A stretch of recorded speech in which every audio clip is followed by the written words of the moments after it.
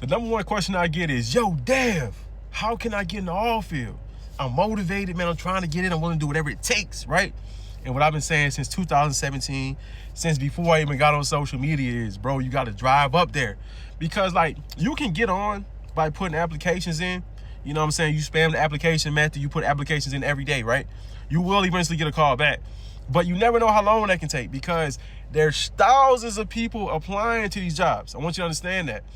But when you drive up, right? Say you drive up to North Dakota, man. You go out to Williston, Watford City, Dickinson, Tioga, everywhere in North Dakota, bro.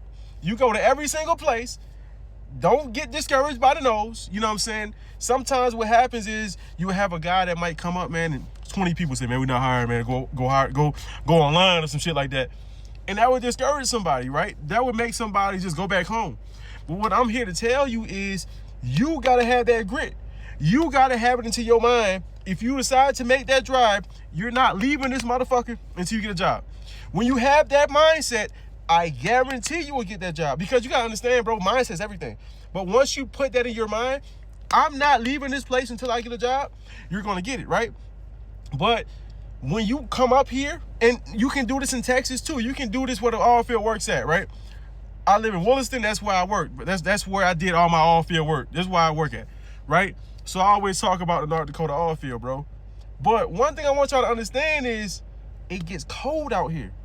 A lot of people can't deal with that, man. A lot of people don't like dealing with the cold. That's why I tell y'all, man, if you're really serious about wanting to work in this shit, get on in the wintertime.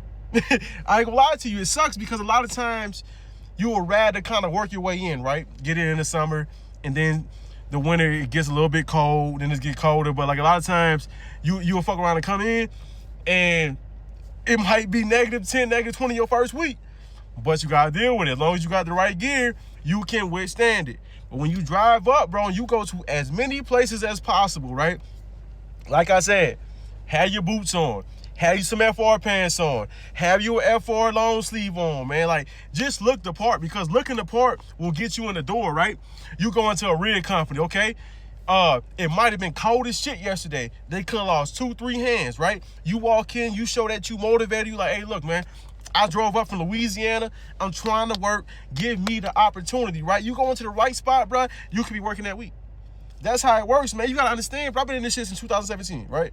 I worked on rigs the majority of my time. Bro, you should see how many people come and go in the wintertime. And then when you ask somebody, yo, what you was doing before this? Bro, it will be a variety of things these guys was doing. You can have somebody that came from fucking retail.